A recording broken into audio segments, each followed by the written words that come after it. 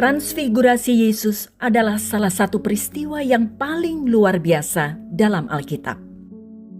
Itu adalah pemuliaan tubuh manusia Kristus. Tubuhnya mengalami perubahan rupa. Peristiwa itu terjadi setelah Yesus mengungkapkan siapa Dia sebenarnya. Yesus membawa murid-muridnya ke Kaisarea Filipi, sebuah kota yang dibangun 25 mil di utara Laut Galilea, di mana terdapat sebuah kuil untuk menghormati Kaisar Romawi Agustus. Di daerah inilah Yesus bertanya kepada para pengikutnya. Kata orang, "Siapakah anak manusia itu?" Matius 16 ayat 13 hingga 15. Rupanya ada banyak dugaan tentang Yesus di antara para saksi. Beberapa seperti Herodes Antipas percaya bahwa Dia adalah Yohanes Pembaptis yang dibangkitkan atau salah satu nabi perjanjian lama. Tetapi setelah murid-murid menyampaikan semua gosip tentang Yesus, kini tibalah saatnya Dia melontarkan pertanyaannya yang sebenarnya. Menurut kalian, siapakah aku ini? Pertanyaan ini ditujukan langsung kepada murid-muridnya. Maka jawab Simon Petrus, "Engkau adalah Mesias, Anak Allah yang hidup." Kata Yesus kepadanya, "Berbahagialah engkau Simon bin Yunus, sebab bukan manusia yang menyatakan itu kepadamu, melainkan Bapa-Ku yang di sorga.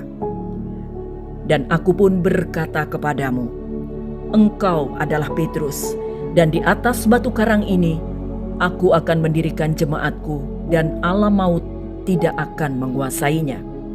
Matius 16 ayat 16 hingga 18.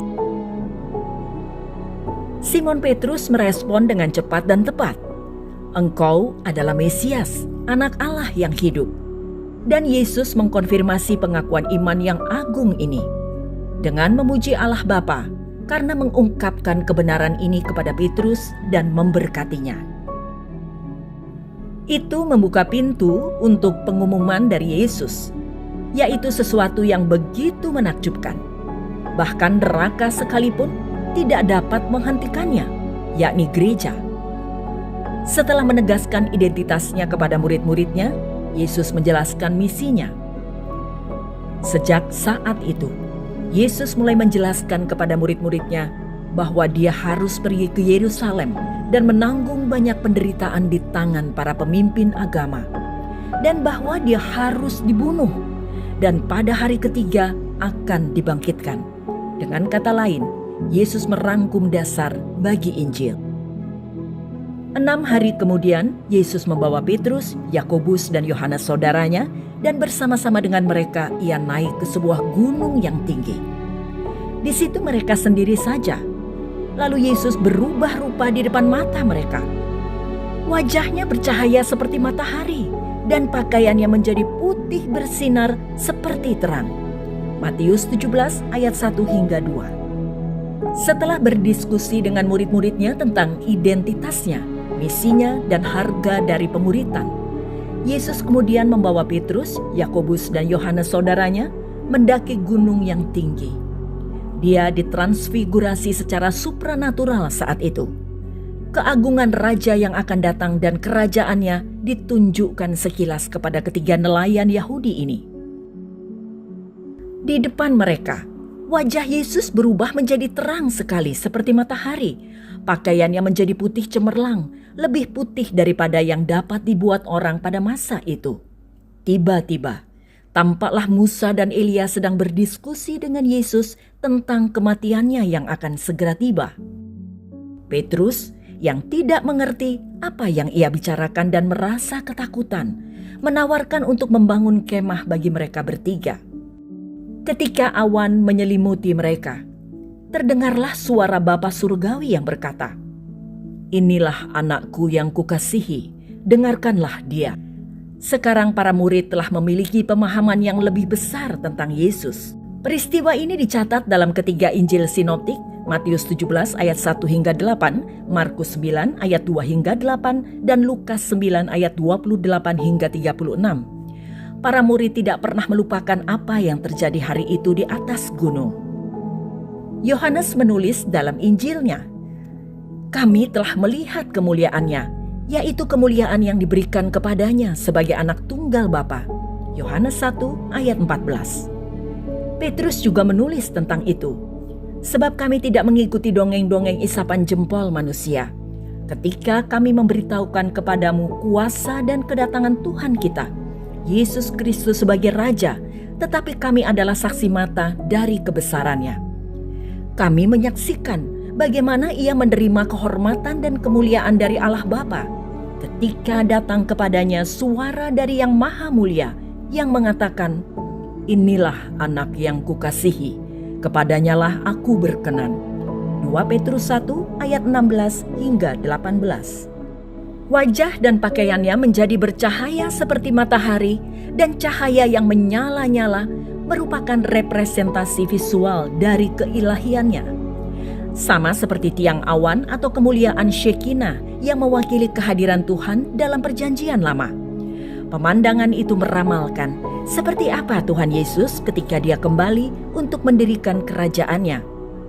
Dia tidak akan lagi dikenal sebagai domba kurban, tetapi sebagai singa Yehuda. Setiap orang yang melihatnya akan mengenalinya sebagai Allah Putra, Raja di atas segala raja, dan Tuhan segala Tuan. Saat itu, muncul di hadapan mereka Musa dan Elia berbicara dengan Yesus, dua tokoh perjanjian lama yang terkemuka. Secara simbolis, kemunculan Musa dan Elia mewakili hukum Taurat dan para nabi. Kata Petrus kepada Yesus, "Tuhan, betapa bahagianya kami berada di tempat ini. Jika Engkau mau, biarlah kudirikan di sini 3 kemah, 1 untuk Engkau, 1 untuk Musa, dan 1 untuk Elia." Dan tiba-tiba sedang ia berkata-kata, turunlah awan yang terang menaungi mereka, dan dari dalam awan itu terdengarlah suara yang berkata, "Inilah anak yang kukasihi, kepadanyalah aku berkenan, dengarkanlah dia." Matius 17 ayat 4 hingga 6. Setelah terdengar suara dari Allah Bapa yang memvalidasi putra tunggalnya, Raja segala raja, baik secara verbal maupun visual, bagaimana reaksi para murid? Para murid kemudian jatuh ke tanah dalam ketakutan. Tetapi Yesus mendekati dan menyentuh mereka, memberitahu mereka untuk tidak takut. Dan ketika mereka mengangkat kepala, mereka tidak melihat seorang pun kecuali Yesus seorang diri. Matius 17 ayat 8. Ketika sedang menuruni gunung, Yesus mendesak mereka untuk tidak memberitahu siapapun tentang penglihatan itu sampai dia dibangkitkan dari kematian. Penglihatan Musa dan Elia mendorong para murid untuk bertanya kepada Yesus mengapa para ahli Taurat mengatakan bahwa Elia harus datang dahulu. Yesus menunjukkan fakta bahwa Elia sudah datang. Seperti yang dia katakan sebelumnya, Yohanes Pembaptis adalah Elia yang akan datang. Matius 17 ayat 10 hingga 13. Kehadiran Musa dan Elia bersama Yesus patut diperhatikan. Elia adalah salah satu dari sedikit tokoh dalam Alkitab yang tidak mengalami kematian. Ia dianggap sebagai salah satu nabi Israel terbaik. Sementara Musa dipandang sebagai salah satu pemimpin terbesar, tetapi Yesus bahkan lebih besar. Yesus lebih unggul dari mereka semua. Pelayanan Musa dan Elia pada akhirnya menunjuk kepada Kristus. Keseluruhan kitab suci berfokus kepada Yesus. Lukas 24 ayat 27. Bagi orang Yahudi, Musa adalah figur terpenting kedua dalam perjanjian lama setelah Abraham. Nama Musa dikaitkan dengan hukum Taurat perjanjian lama yang diberikan kepada umat Allah. Yesus datang untuk memenuhi tuntutan hukum dan untuk melakukan apa yang hukum tidak bisa lakukan, yaitu mendefinisikan jawaban untuk masalah dosa. Taurat mengidentifikasi masalah, Yesus memberikan jawabannya. Sebab hukum Taurat diberikan oleh Musa, tetapi kasih karunia dan kebenaran datang oleh Yesus Kristus. Yohanes 1 ayat 17. Elia adalah sosok yang luar biasa dalam perjanjian lama.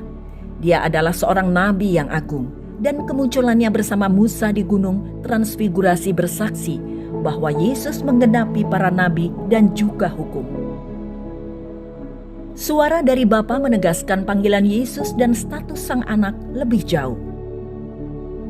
Suara dari Yang Maha Mulia, dengarkan Dia, dengan jelas menunjukkan bahwa hukum dan para nabi harus memberi jalan kepada Yesus. Dia yang merupakan jalan baru dan jalan kehidupan menggantikan yang lama. Dia adalah penggenapan hukum dan nubuat yang tidak terhitung jumlahnya dalam perjanjian lama. Juga dalam bentuk kemuliaannya. Mereka melihat gambaran tentang pemuliaan dan penobatannya yang akan datang sebagai Raja di atas segala raja dan Tuhan di atas segala Tuan.